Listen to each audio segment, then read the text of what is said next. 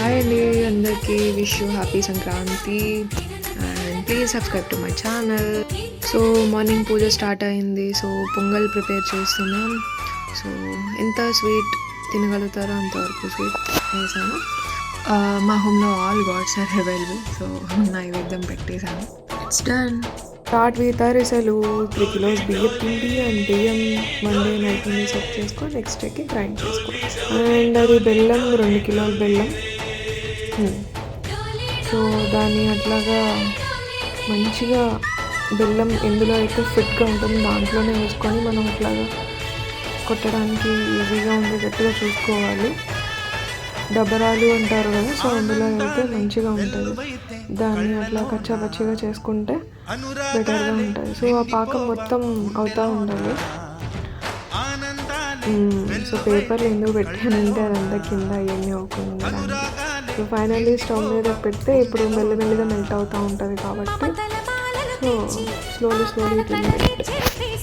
So అట్లా కలుపుతూ ఉండాలి. ఎంత కలుపుతూ ఉంటే దాన్ని ఎంత త్వరగా మెల్ట్ అవుతూ ఉంటుంది అండ్ పాకం కూడా తీసుకుంటుంది వెంటనే అట్లా.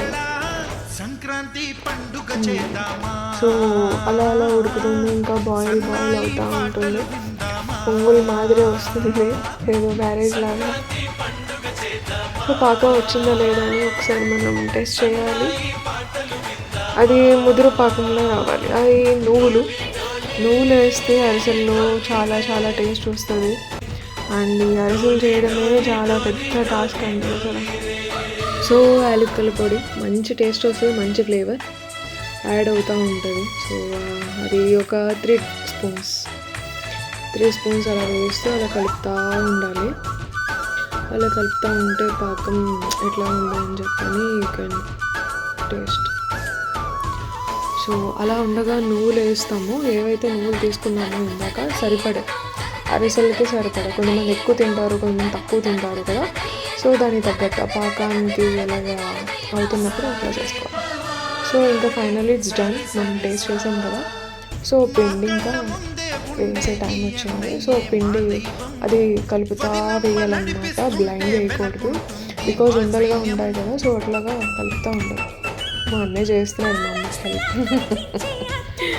సో అలా కలుపుతూ ఉండాలి. ఎంత బాగా అలాగా కలుపుతామో అప్పుడే పిండి అరిసె మంచిగా వస్తుంది. సో ఆల్ డన్, పిండి అయిపోయింది. సో అలా వస్తుంది ఇంకా లాస్ట్. సో అంటే పాకం మొత్తం తీసుకొని that's the look over.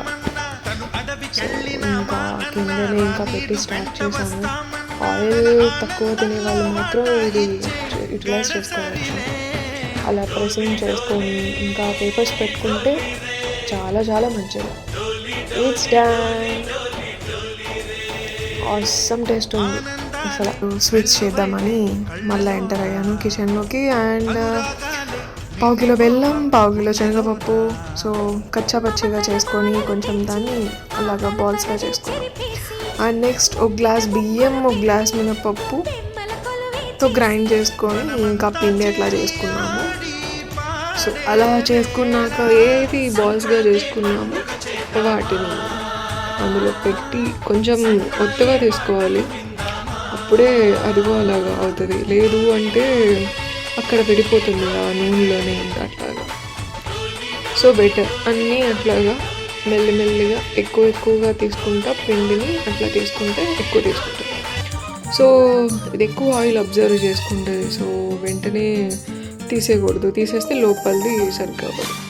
So ఆ కలర్లో వచ్చేటట్టుగా చూసుకోవాలి, ఏగనిచ్చేటట్టు. Then sweet is ready yummy.